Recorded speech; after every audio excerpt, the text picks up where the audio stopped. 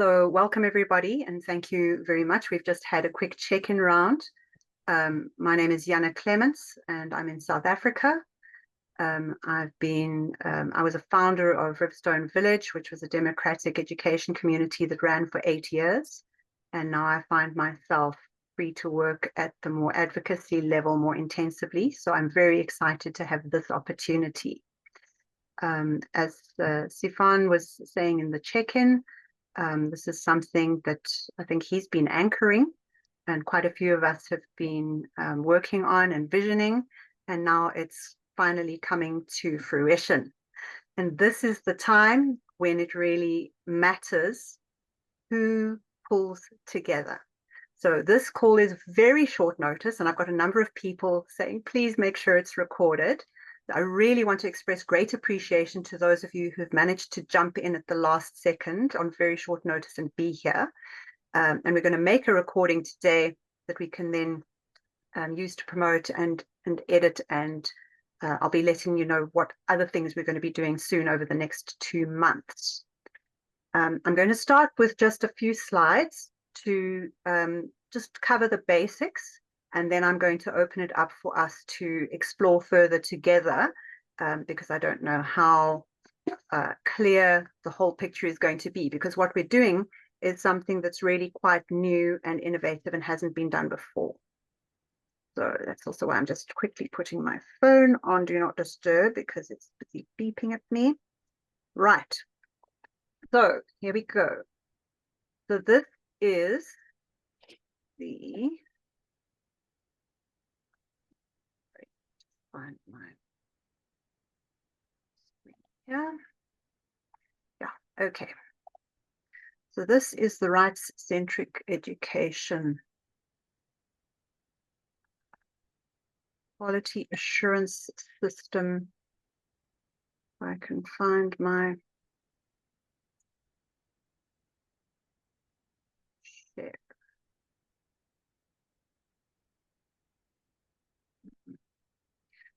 Please excuse the technical glitch here. I usually have Zoom open on the same window. It just seems to be struggling to find it. There we go. Now it's got it. Right. Can you all see my screen finally? Mm-hmm. Yes. Okay. Fantastic. So why be an early adopter of the quality assurance system specifically? So a lot of you are already founder members of the Rights-Centric Education Network, which we got what I think 160 people initially, and there's a lot more now. But now we're ready to really do the thing that this was all put in place to support, and that's the quality assurance system. And what is that? And why would you want to be an early adopter? And why would you want to also encourage and support other people in joining the early adoption phase? So first of all, to just have the highest level view, what brings us together is our common values. And I think that there are certain things that we all feel very strongly about that matter to us personally. This is our reason for doing this stuff. The first one is that human beings are not resources. Human beings are beings. We're not just potential laborers or consumers. Our beingness matters.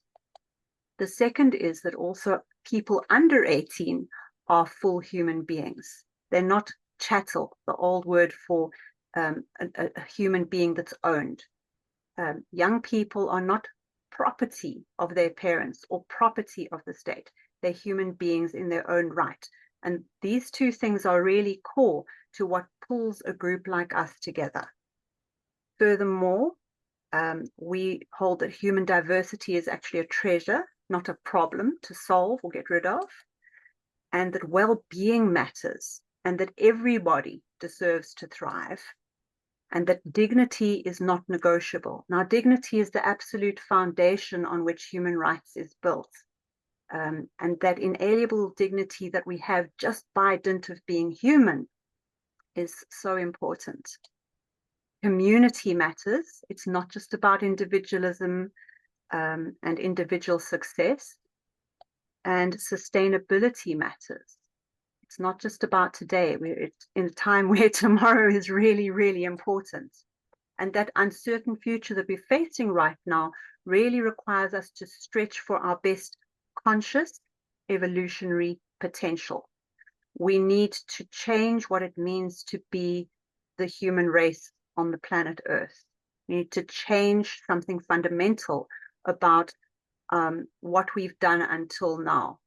We don't have the, I don't want to say leisure, it's not a blessing, but we just cannot continue to make war with each other, frankly. It's not sustainable for us. And part of that that's really important is that we shift out of mindsets of competition and charity, and we move into a space of solidarity where it's not about being better than other people, it's not about beating other people, it's actually about being in solidarity, not patriarchally supplying things for other people, but actually supporting everyone to join this togetherness so that we can shift. So I propose that these are some of our common values that underlie what we're going to be doing. So together we shift, how exactly? So Sifan's just written a really nice essay about grading being degrading, that grading people is inappropriate.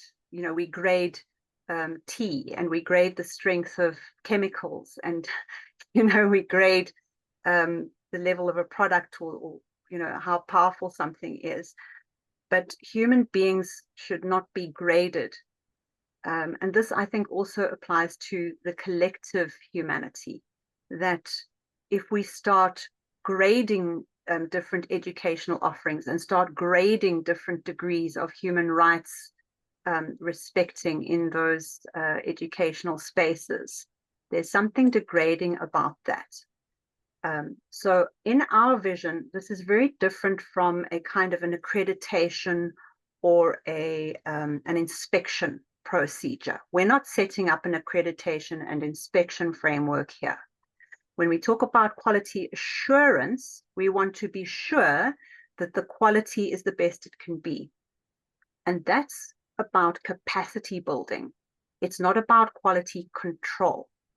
And this is so important because the moment that we bring in coercion and top-down and judgment and all of these things, we actually undercut that principle of dignity. When somebody is judging somebody else and telling them how they ought to change, I believe that this is the core of why the human rights concept gets pushback internationally. Not because human rights is actually a culturally specific idea. I don't believe that it is.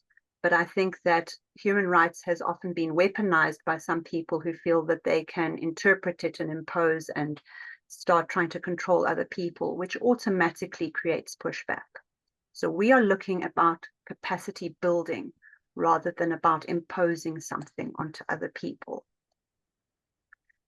And ultimately, only those with the lived experience can evaluate their own lived experience, can take ownership of a shift process and drive that shift process so that it actually does evolve in the way that makes sense from where they are to where we're all trying to get to together.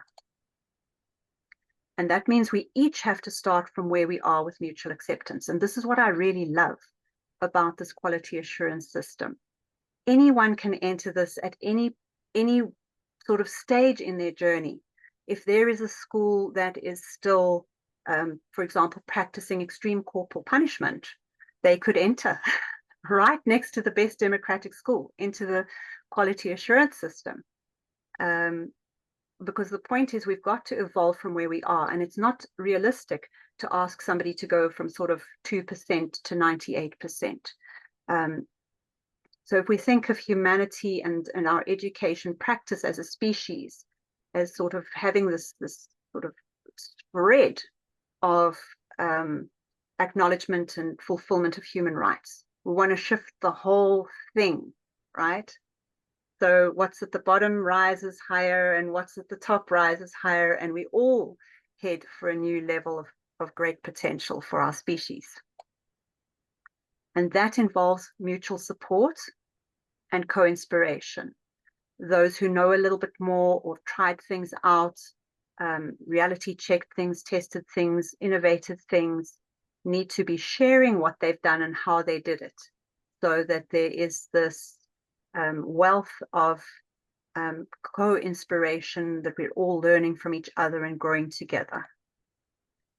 And very central to the whole initiative around human rights is the idea of progressive realization. So as I was saying, you can't go from 2% to 98%. This is deeply acknowledged within the whole human rights community, that what we want to be on the path and taking the steps. We don't want to be giving up because we're so far behind somebody else that it's just not worth it. So we want to progressively realize these rights, and that's about getting started and not stopping. That's the key. So the framework is basically very simple. It's about doing a stock take of where are we now? What is it that we are doing now? In my family, in my practice, maybe I'm an educational psychologist. What am I doing now? In my school or my setting, how do we do things now? Which things are we doing well? You know, Stefan points out, you know, some schools that might be practicing corporal punishment are at least offering free education, whereas some amazing democratic schools are extremely expensive. So that school can say, yeah, we're doing well on the accessibility part of education. We're able to be inclusive of all children. Now let's look at what our next step is. And maybe that next step is, let's figure out a non-corporal form of punishment. And then the year after that, maybe a non-punitive form of discipline. And maybe the year after that, we can actually start looking at, for example, student empowerment. Each journey is going to be unique, but all of us are doing the same thing, just with different content. All of us are saying, this is where we're at now. This is how we do things now. This is what we're doing well. These are the human rights boxes we can tick to some extent, because there's always further to go. And this is our priority. And we want to be prioritizing the rights of the rights holders, which is also going to include their experience of their rights and their experience of their priorities around those rights, which I'll come to again a little bit later. So that's the essence, very simply. Stock take, commit. Take stock, commit. Take stock, commit. And we keep moving forward as we all rise. And what the overall aim is, we ultimately want to overhaul all education, every educational interaction in the world, to align with the evolution of human rights, and maybe even evolve human rights a little further in the process, right? Now that's a hugely ambitious goal. And obviously we don't expect to achieve that by next year. We need the long-term perspective. We need to look at the cathedrals, for example, of Europe, where the people who laid the foundation knew for a fact that they were not going to see the capstone put on. That's the attitude we need now. We need to do the right thing because it's the most beautiful thing to do. And we need to build the foundation so that those who keep coming have got a foundation upon which to build. And then I believe we can build something truly wonderful. But we have to start and we have to keep going. So this overhaul needs to be from the ground up, and it needs to be guided by the direct rights holders. One of the problems we've got at the moment is, especially for young people, their rights tend to be protective. We tend to focus on, for example, child safeguarding, which is great, except I always like to say there is no safe child if they're not empowered. The only safe child is the empowered child. When people are trying to do something for other people, make decisions about other people's priorities, and tell other people what their priorities should be, it seldom actually meets the needs of the person themselves. So the voices of young people are going to be very, very important in this journey, that in each space and each interaction, we're being guided by their actual needs and priorities. We'll need to do this together, prioritizing dignity, solidarity, mutual support, and co-inspiration. And all of us need the humility to understand that no matter how far we've gone, we can get further. And we need to honor every shift, rather than feeling that we are somehow superior because we've shifted further or started sooner, and support each other. So now we come to the early adoption thing. So this is a photograph that was taken at Riverstone Village. These young people are playing with some bamboo poles, and they've discovered the principle that if you have 3 poles and you can put them together simultaneously in just the right way, they'll stand as a tripod. But you can't stand up 1 and you can't stand up 2. There's a minimum that have to lean up against and mesh with each other in order to create that foundational structure. And after that, you can keep adding poles and you can make something quite complex.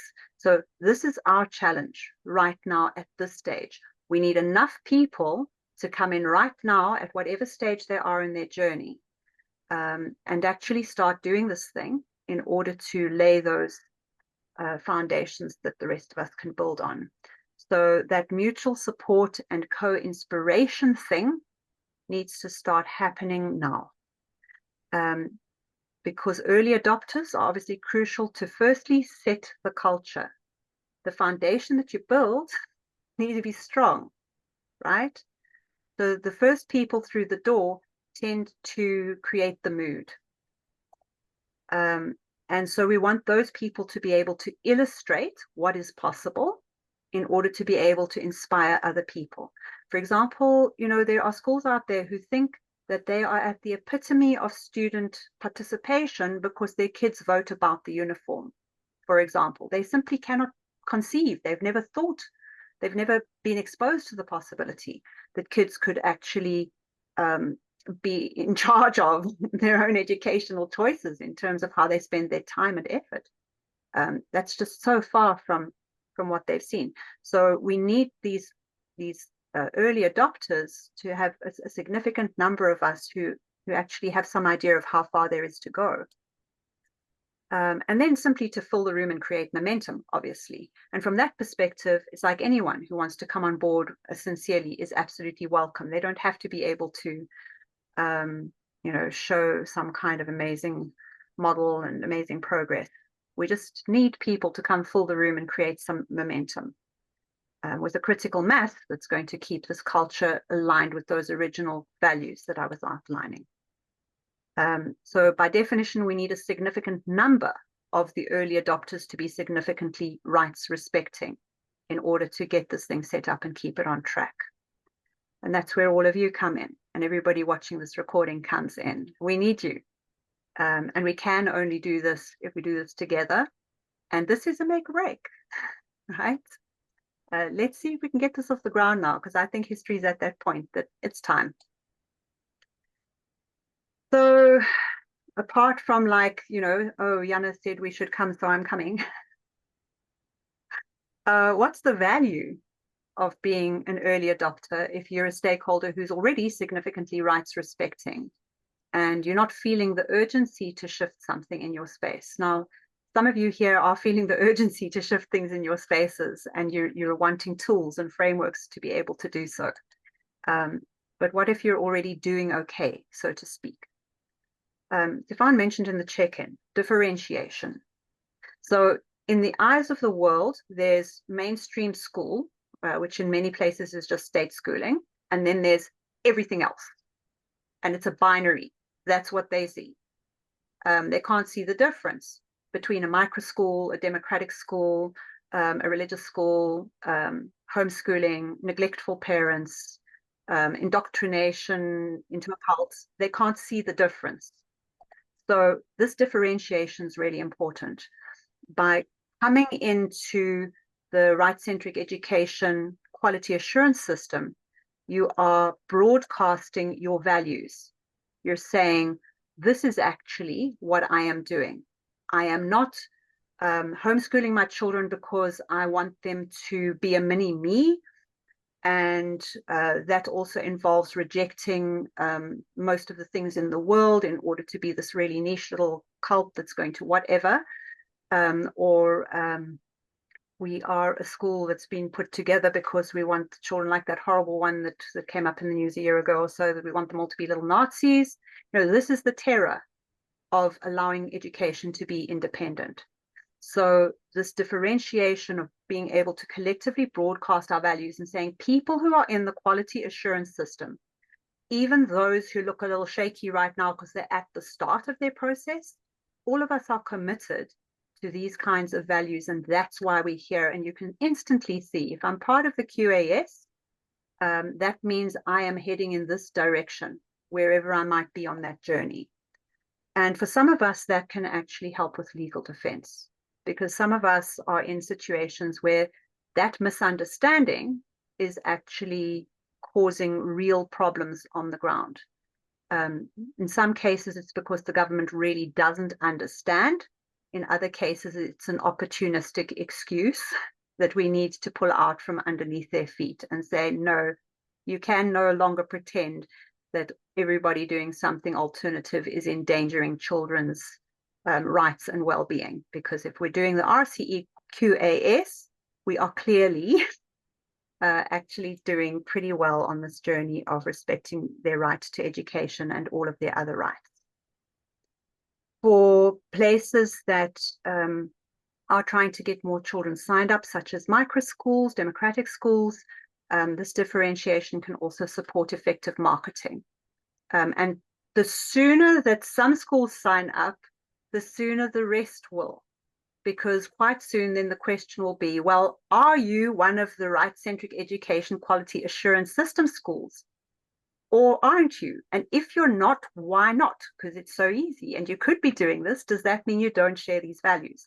So this could become a handy way also for parents to do a very quick look at, where do I actually want to be exploring for my child? And then, of course, just to find your tribe, which I don't think I have to explain to anyone on a call like this, is gold. If it's hard to find the like minds and the like hearts in the crowd. And there's so many of us, and I'm becoming aware of how many of us there are. But the problem is we sprinkled all the way through, everywhere, every country. I mean, look at the diversity on this call. We sprinkled around everywhere. There's a lovely story. My co-founder at Riverstone Village was convinced that there were no unschoolers in her neighborhood. And so were her 3 neighbors in her neighborhood who were convinced there were no unschoolers in the neighborhood, and there were probably more that they never discovered. So this is a really great way to put your lantern up there and shine it bright and create a gathering space. Now, of course, there are many of those already. I mean, Joe's on this call, for example. You're doing a job with that, gathering people together, shining that light. UDEC was mentioned, ASD, Aero, all of these are lanterns. But now the RCE network is offering a big lantern that also points to all of those lanterns, so that we can actually, kind of gather people globally and then also help them find their local networks. So differentiation is one big reason. And then solidarity. Maybe you are not directly working with children. As Cathy said, she doesn't have a practice with children. But we also need advisors and mentors and people to help develop and refine things, because this co-evolution, by definition, if we're evolving as a human species, we can only do it as a co-evolution. So this is also an opportunity to actually live our values and be the change, versus just virtue signaling and saying, oh yeah, well, these are my values, but I don't do anything about it. So this Rights-Centric Education Quality Assurance System is a way to actually say, okay, this is a practical way that I can actually start looking at what practical steps I can take, one step at a time, manageable, but let's actually walk this talk. I'm going to briefly expand on the legal defense before we wrap up the input part of this call. As I was saying earlier, there is this assumption that any kind of alternative education is a safeguarding issue and equals neglect. And this is an assumption many governments are making. And of course, we know from research that it's not accurate, that children are automatically more at risk just because they're being homeschooled, or just because they're in a micro school, or some kind of harder to define educational program. And we've got so many now, pods and flying squads and all sorts of things. But there's this bureaucratic assumption that these children are automatically at risk, and that any kind of education that doesn't follow a set curriculum and standardized assessment necessarily equals neglect. So in order to legally defend ourselves, we need ways to pull the mat out from underneath that assumption as quickly and easily as possible.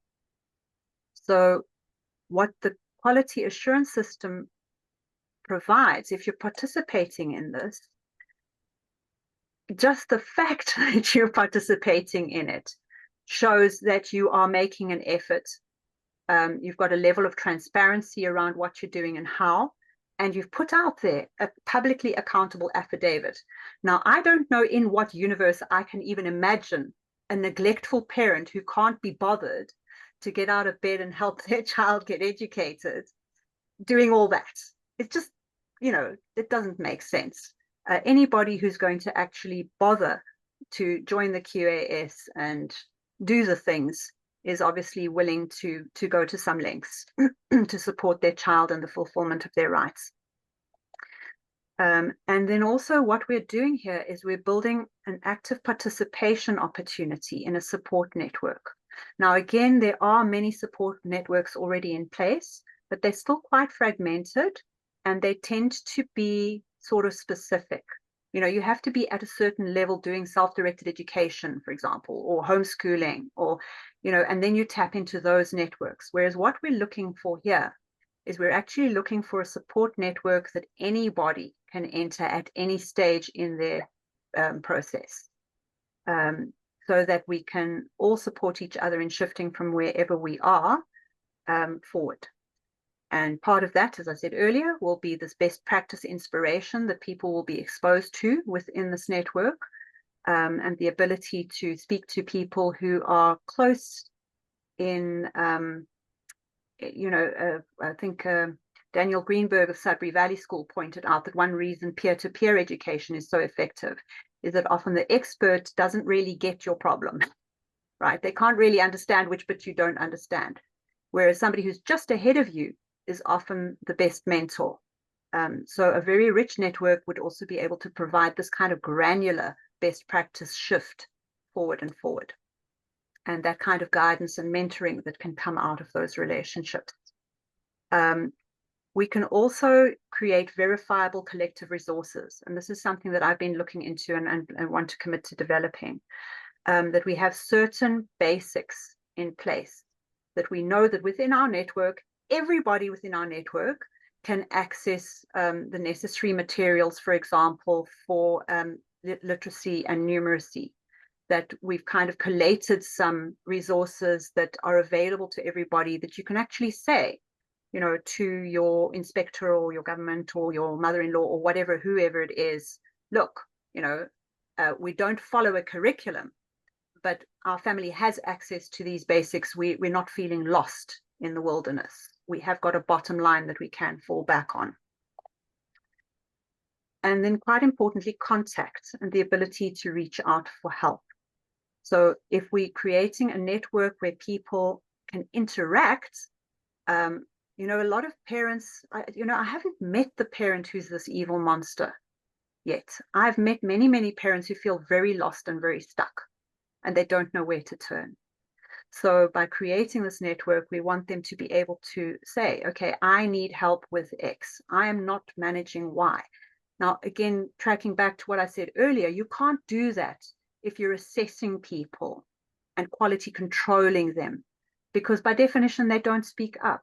Then they're trying to protect their image. They're trying to protect their their status and seem like they're doing okay. We want people to be able to be vulnerable and reach out because there's no judgment going on. We did a lovely little experiment earlier this year. We set up a Minecraft server where we invited some right-centric education families for the kids to join. And that immediately showed us something else we were curious about, because it wasn't long before one of the kids said, I don't think that kid is unschooling really, because they've been told they can't come on the Minecraft server for several days because they didn't do their homework, right? Which is, it's fine. Maybe people are at that point and they're shifting from there. But the point is that kids will talk to other kids where they might not be able to report to adults. And I know, for example, in South Africa, the most horrific sexual abuse has taken place in some very top private schools for years with no whistleblowing. But I was aware of some of that when I was at school, because I was hearing it from my brother and his friends and my boyfriends. But it didn't occur to me to say anything because kids didn't have the confidence to go to speak to grown-ups in that place and that time. And that's where actually networking now with these beautiful digital resources we've got for connection between kids within our network. We want to support the kids in our network in being able to network with other kids in our network, which is going to be hugely educational and rich, given our international range. But it's also going to enable those kids to be able to blow the whistle if somebody really is actually in need of help and we haven't picked it up. So all of that can help to reassure and counter that assumption that the kids are automatically at risk. And then that can become a foundation for building advocacy and legal defense, and create a situation where we have collective bargaining power instead of an individual little micro school in this tiny little country and this isolated parent who knows no other unschoolers trying to explain why their child should not be taken away from them, why their school should not be shut down. We actually then have this thing to point to, which is a collective thing. It's the Rights-Centric Education Quality Assurance System in which we participate. And now we can point to that. And now they have to look at the whole of that, not just our little instance over here that they don't particularly understand or know how to get a handle on. So finally, early adopters will be in at ground level as we carve and refine our way. Why is that useful? Why is it useful to come in early? Firstly, lovely, you'll get to be a map maker. Hope you enjoy that as much as I do. I love being a map maker. But you'll also have a lot of direct support to get underway, because I know this still feels a bit nebulous. What do we do? How do we do it, right? Coming in while the numbers are still small, it's going to be very much more sort of one-on-one, small group. This is how we do it. Let's carve it out. And let's make sure that everybody's niches needs are planned in now into this foundation. So instead of saying, oh, well, I'll wait and see how it pans out, it's like there's going to be something niche about you and your needs, or you and your setting. And if you're coming in at this stage, it's going to be much easier for us to adapt what we're doing and build together so that your stuff is actually covered and actually meets the needs of what you're doing. December's coming up. My current course finishes around then. So I'm going to be committing to running a couple of workshops in December where we can actually work together to bang things out and get the first iterations up. The people can get their first pledges out and up and refined and working for them. Optional highlighting. This is where the co-inspiration comes in. So a number of people in this network are going to benefit from some exposure, and that's going to be very win-win-win.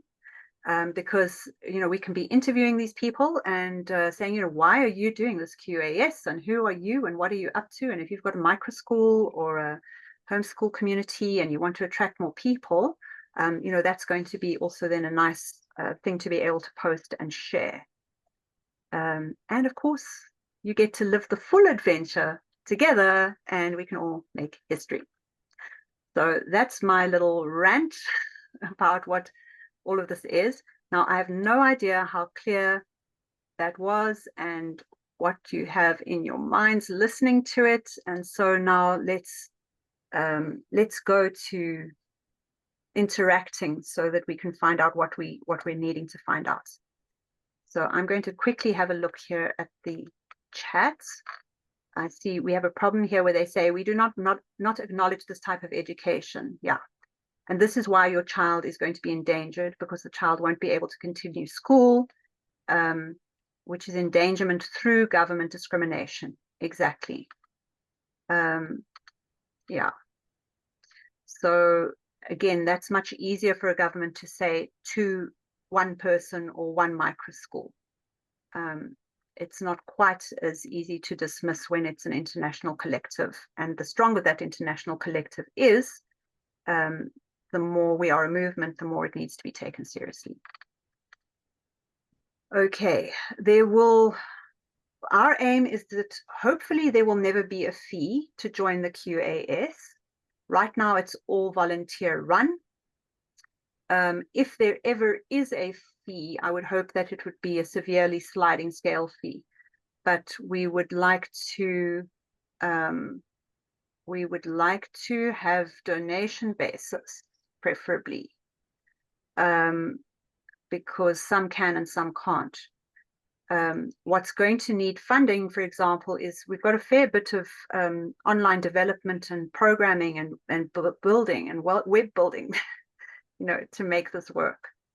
But again, that depends who comes on board, because if enough people with enough experience come on board, I've seen amazing things done by volunteers without people having to kill themselves with volunteering. It's a question of how many people are going to contribute. Right, so joining the QAS at the basic level right now is simply an annual thing that you need to do your audit. What are we doing? And what are we going to focus on next? As we build it, I think one of the attractive things about it will be that we can build the networks and the regular meetings and the regular support, but it's not necessary to have to commit to regular meetings and so on. Ultimately, what we'd like is maybe a minimum level of participation from adults and from kids, that we know that everybody has an avenue to ask for help, basically. We want to make sure everybody has an avenue to reach out. But again, we don't want to be prescriptive. We want to offer something that's of value, and people use it because it's of value, not because we said you have to in order to participate.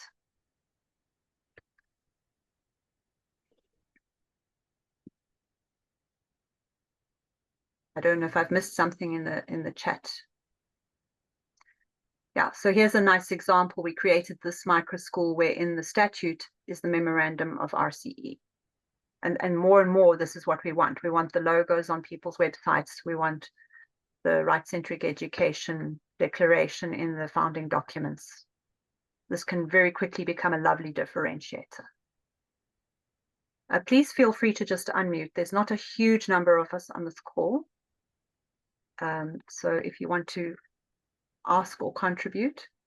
Who does the audit get shared with? So ideally, the audit should go up in public on the page so that it can be publicly challenged. So for example, if Riverstone Village says, well, one of the ways we fulfill the child's right to participate and be heard in decisions that affect them is that we have a weekly meeting every Thursday and all members are welcome to come. And we put that up publicly.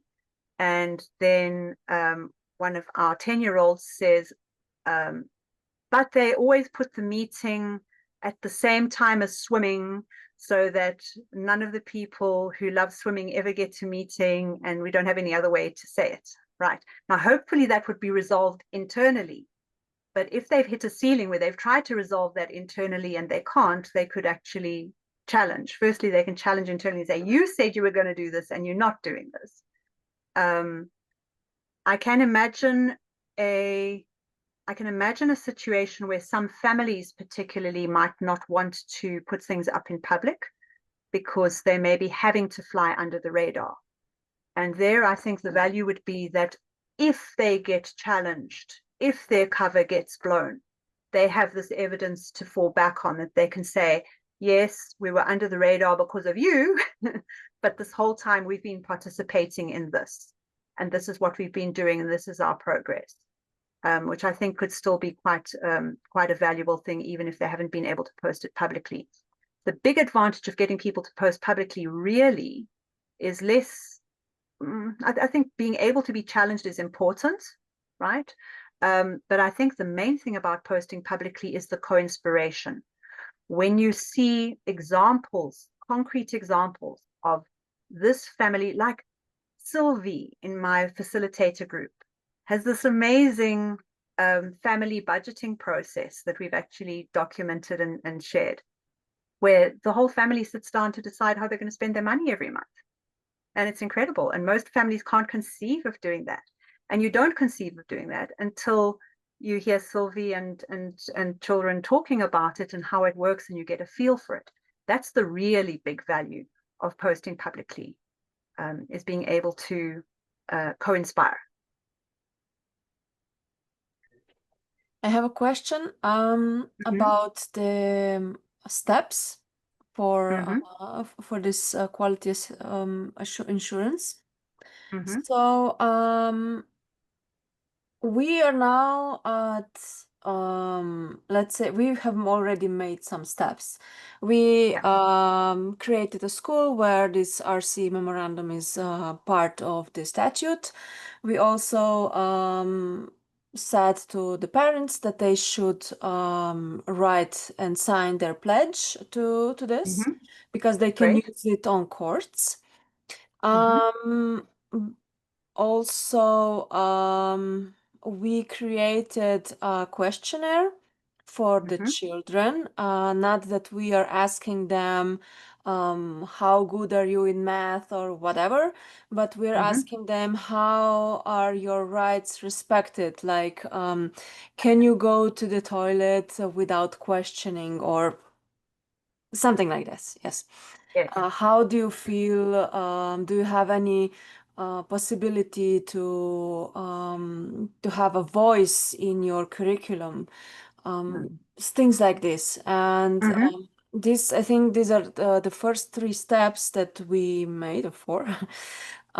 So have you ever thought of next steps or anything else? Yes, and I'm very happy that you've raised that, because I've heard about that that questionnaire you did, which I think is fantastic. So rather than making those to be steps in this process, what we would be doing is, again, co-inspiring. We'd be saying, this school did this, like this. Here's the template, right? We're all contributing these resources for free. For example, there's also the Charter of Self-Directed Education rights, the Declaration for Self-Directed Education, that a number of places put together and signed and agreed on. These things can all be optional parts of your protocol at the point that they start being relevant to you.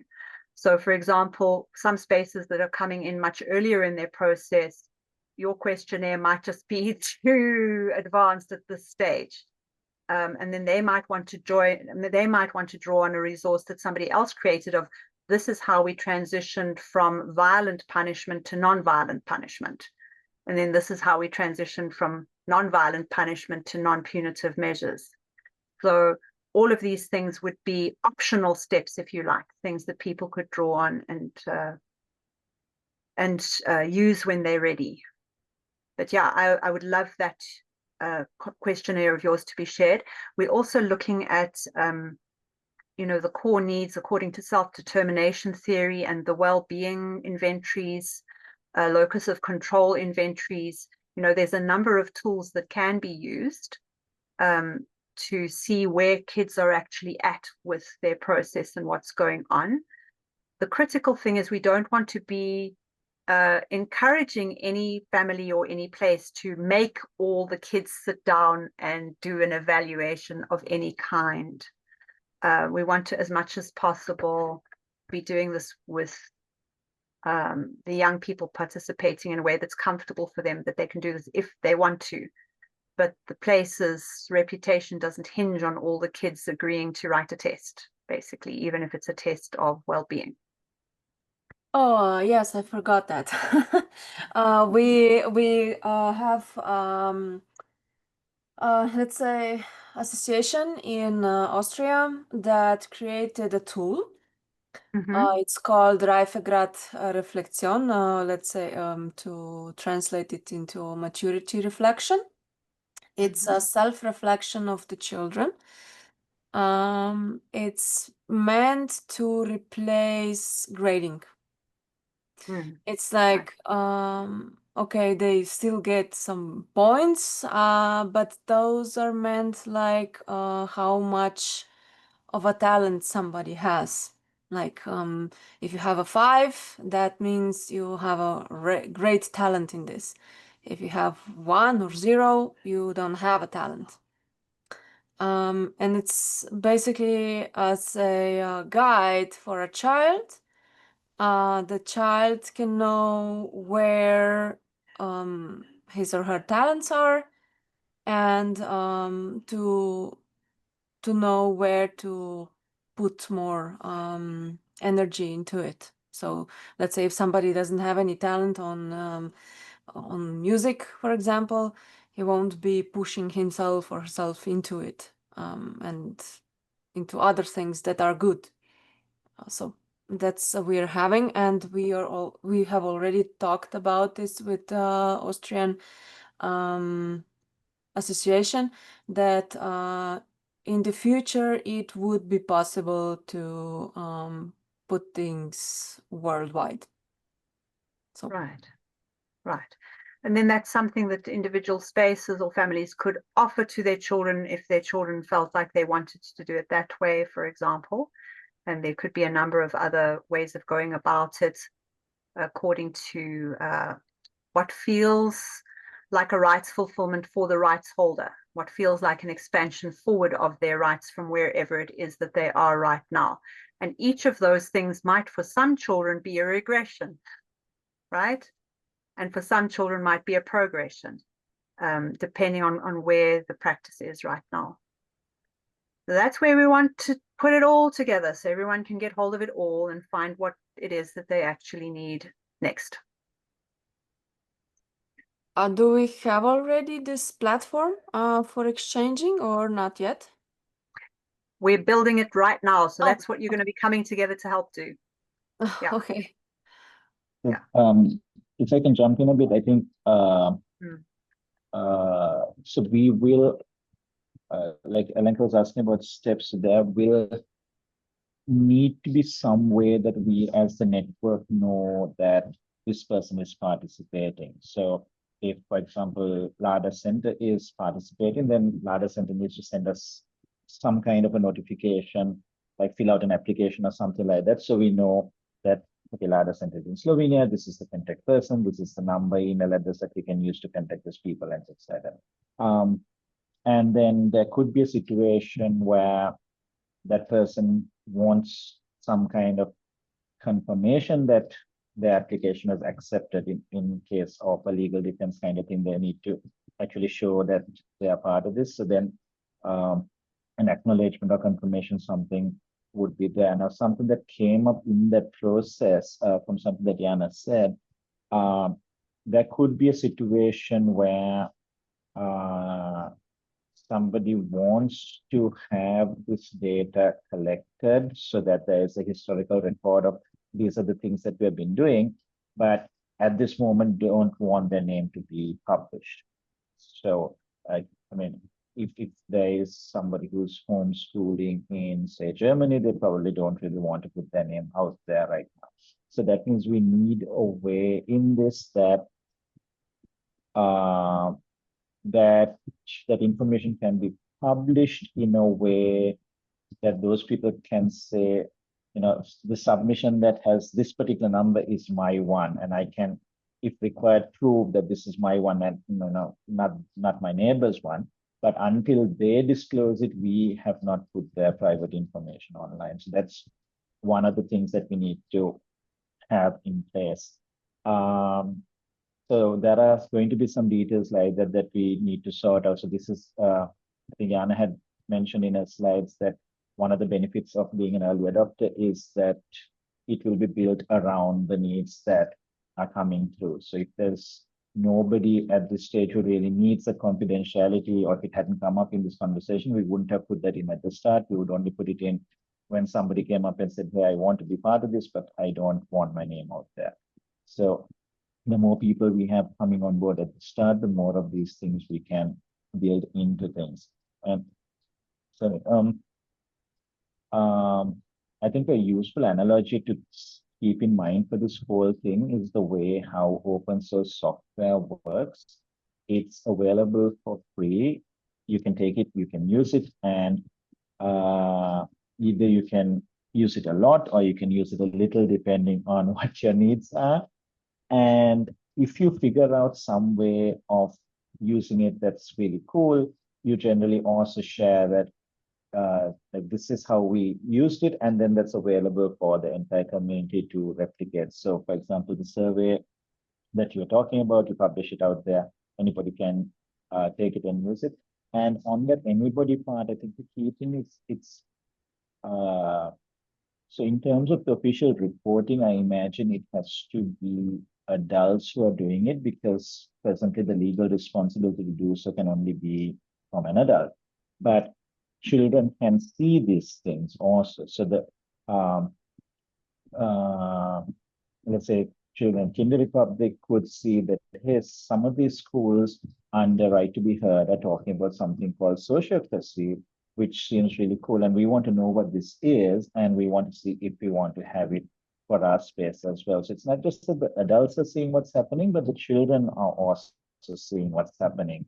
And if this participatory process are in place, then the children themselves would be saying that, you know, getting rid of corporal punishment is more important for us than sociocracy, so let's focus on that. Or that sociocracy is more important for us than talking about rights in the digital environment, because we are quite comfortable with how things are now. Or but for some others, it could be the other way around.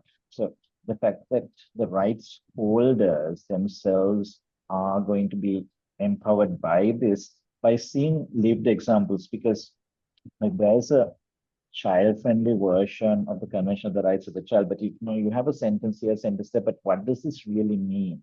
Like when it says freedom of association, what does it mean? Like the in practice, or freedom of expression? But then you can see all these examples of other places, and they're like, oh no, this is really interesting. We would like to have it.